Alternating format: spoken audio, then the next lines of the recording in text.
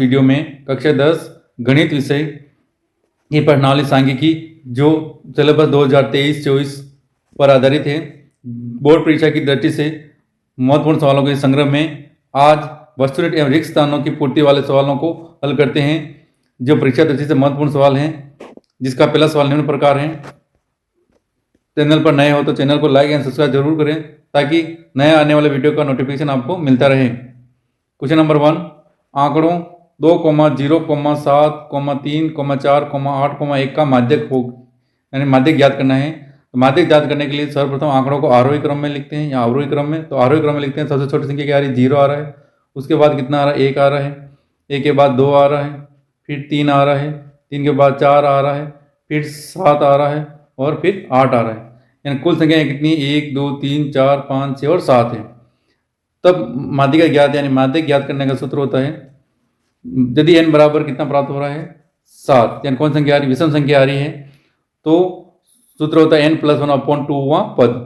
तो इसको इस रूप में लिख सकते हैं, 7 + 1/2वां पद, यानी 7 और 1 कितना, 8, 8 में 2 का भाग क्या आ जाएगा, 4वां पद, यानी 4वां पद। यानी चौथे नंबर पर कितना आ रहा है, तो 1, 2, 3 और 4, चौथे नंबर पर कितना आ रहा है, 3। तो आंसर कितना हो जाएगा, 3। तो माध्यक कितना प्राप्त हुआ, 3 प्राप्त हो रहा। कौन सा ऑप्शन सही है इसका, ए ऑप्शन सही है। दूसरी विधि है इसी सवाल को हल करने के लिए। तो इस दूसरी विधि में पहले क्या करो, आरोही अवरोही क्रम में जमाना है। तो अपन ने इसको आरोही क्रम में जमा दिया। अब इधर से 1 अंक काटा, इधर से भी 1 अंक काट दो, इधर से भी 1, इधर से भी 1 काटा, इधर से 1, इधर से 1 काटा, तो कितना मान बच रहा है यहाँ, 3। तो माध्यक कितना प्राप्त हो जाएगा, 3 प्राप्त हो जाएगा। अगला सवाल है क्वेश्चन 2, यदि निम्नलिखित आंकड़ों की बारंबारताओं का योग 60 हो तो x का मान होगा। यानी x का मान ज्ञात करना है। तो बारंबारता योग दिया हुआ है, तो क्या क्या बारंबारता है, 5 + x + 20 + 15 + 7 + 5 बराबर योग कितना आ रहा है, 60। अब अंकों को जोड़ लेंगे तो मान प्राप्त हो जाएगा। तो जोड़ा तो मान प्राप्त हो रहा है अपन के पास, 52 + x बराबर कितना है, 60 है। पक्षांतर कर लेंगे तो 60 - 52 घटाए कितना बचा, 8। तो कौन सा ऑप्शन इसका, बी ऑप्शन इसका सही है। यानी x का मान कितना प्राप्त होगा, 8 प्राप्त हो जाएगा।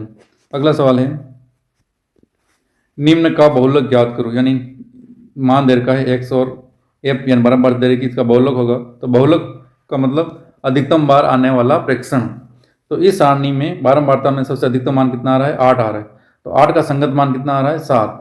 तो आंसर हो जाएगा 7, सी ऑप्शन। तो बहुलक कितना प्राप्त होगा, 7। यानी 7 वाला प्रेक्षण अधिकतम 8 बार आ रहा है, अतः बहुलक कितना होगा, 7। तो सी ऑप्शन इसका सही है।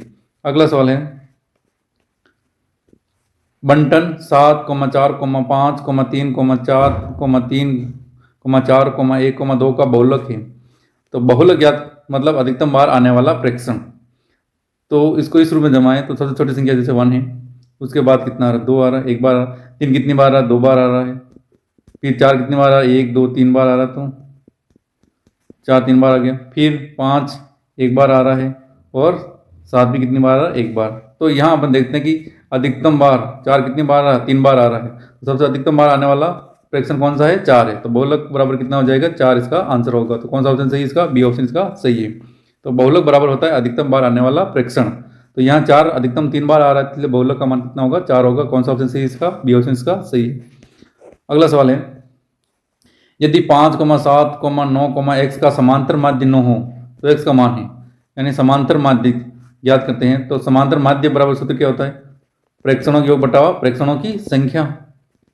प्रेक्षणों का योग बटा प्रेक्षणों की संख्या, यह सूत्र होता है। तो माध्य कितना देर का है, 9 दिया, तो इधर कितना 9 आ जाएगा बराबर। क्या क्या प्रेक्षण आ रहे हैं, तो 5 आ रहा है, एक 7 आ रहा है, एक कितना 9 आ रहा है, एक और कितना आ रहा है, x आ रहा है। टोटल प्रेक्षण कितना होगा, 1, 2, 3 और 4। तो बटा में कितना आ जाएगा, 4। पूरा गुना कर लेते हैं। तो इसका पहले तो इसको जोड़, ये आ जाएगा 5 और 7 12 और 12 9 21 प्लस x बराबर गुणा करेंगे 9 का 4 से कितना आ जाएगा, 36। तो x का मान निकालना, तो x बराबर क्या आ जाएगा, 36 - 21 घटाएंगे कितना प्राप्त हो जाएगा, 15। तो x का मान कितना प्राप्त हो रहा है, 15। तो कौन सा ऑप्शन है इसका, डी ऑप्शन इसका सही है। अगला सवाल है, बंटन 3, 5, 7, 4, 2, 1, 4, 3 और 4 का बहुलक है, और 4 का बहुलक है। तो यहाँ सवाल देखने से पता लग रहा है कि अधिकतम बार 4 आ रहा है, 1 बार, 2 बार और 3 बार आ रहा है 4। तो जबकि 3 कितनी बार आ रहा है, 2 बार आ रहा है। तो कौन सा ऑप्शन है इसका, बहुलक का मान कितना प्राप्त होगा, 4 होगा। तो कौन सा ऑप्शन है, सी ऑप्शन इसका सही है। अगला सवाल है बंटन 10, 12, 8, 7, 13 का माध्य है। तो माध्य ज्ञात करने के लिए सूत्र हुई प्रेक्षणों योग बटा प्रेक्षणों की संख्या। तो क्या क्या प्रेक्षण है अपने पास, 10 + 12 + 8 + 7 + 13 दिया हुआ है। कितने प्रेक्षण प्राप्त, 1, 2, 3, 4 और 5। तो बटा में कितना आ जाएगा, 5 आ जाएगा। तो इनको सबको जोड़ेंगे तो 10 और ये कितना हो जाएगा, 20, 30, 30 और 20, 50 बटाओ 5। बार दे दिए कितनी बार गया, 10 बार। कौन सा ऑप्शन है इसका, बी ऑप्शन इसका सही है। अगला सवाल है संचय बारंबारता सारणी का उपयोग किसे ज्ञात करने में किया जाता है। तो संचय बारंबारता सारणी यानी सीएफ का प्रयोग माध्य ज्ञात करने में किया जाता है। कौन सा ऑप्शन है इसका, सी ऑप्शन इसका सही है। अगला सवाल है एक बंटन का माध्य तथा माध्यक 5 और 7 है, तब बहुलक का मान होगा। तो बहुलक बराबर सूत्र हो जाएगा, बहुलक तीनों राशियों में संबंध होता है। बहुलक बराबर 3 × माध्यक -2 × माध्य, ये सूत्र होता है, तीनों में संबंध होता है। तो बहुलक का मान निकालना है तो 3 × माध्य कितना प्राप्त हो रहा है, 5 माध्य दिया हुआ है 5 और माध्य दिया का 7। तो यहाँ मान आ जाएगा अपन के पास 3 × माध्य, माध्य कितना है 7 है यहाँ, -2 × माध्य, माध्य कितना आ रहा है 5, क्रमशः दिया हुआ इसलिए।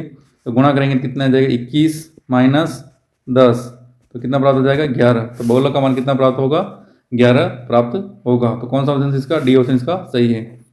अगला सवाल है निम्न में से कौन सा कथन सत्य है, यानी तीनों में संबंध वाला कौन सा कथन सत्य है। तो अभी हल किया था, बहुलक बराबर 3 × माध्यक -2 × माध्य, यानी ए ऑप्शन इसका सही है। अगला सवाल है रिक्त स्थानों की पूर्ति कीजिए। रिक्त स्थानों की पूर्ति निम्नलिखित आंकड़ों का बहुलक है, यानी अधिकतम बार आने वाला प्रेक्षण कौन सा है अविकृत आंकड़ों के लिए। तो यहाँ 1 तो 1 बार आ रहा है, 2 कितनी बार आ रहा है, 1, 2, 3 बार आ रहा है, जबकि 3 2 बार ही आ रहा है, 4 1 बार, 5 1 बार और 6 1 बार। तो अधिकतम कौन आ रहा है, 2 आ रहा है। तो बहुलक कितना आ जाएगा, 2 आ जाएगा। अगला सवाल है बंटन 7, 4, 6, 3, 8, 5, 9 का माध्यक है। माध्यक याद करने के लिए पहले आरोही अवरोही क्रम में जमाना होता है। तो यहाँ सबसे छोटा मान कितना आ रहा है, 3 आरोही क्रम में, फिर कितना आ रहा है 4, 4 के बाद फिर 5, 5 के बाद 6, फिर 7, फिर 8 और फिर 9, ये अंक आ रहे हैं। तो इसको डायरेक्ट हल करने की विधि थी, 1 से इधर से इधर, इधर से इधर काटो, इधर से इधर कट जाए, कितना मान बच रहा है 6, कितना मान प्राप्त 6, तो माध्य कितना हो जाएगा 6। अगला है वर्गीकृत आंकड़ों का माध्य ज्ञात करने का सूत्र है, यानी माध्य ज्ञात करने का सूत्र यानी x बार बराबर, तो 3 सूत्र होते हैं। प्रत्यक्ष विधि सिग्मा fi xi बटा सिग्मा fi, और मान होता है i बराबर 1 to n से, और यहाँ पर भी i बराबर 1 to n तक होता है। तो सूत्र होता है सिग्मा fi xi बटा सिग्मा fi। यहाँ दूसरा सूत्र भी होता है कल्पित माध्य, तो a plus sigma fi di बटा सिग्मा fi, ये भी होता है सूत्र।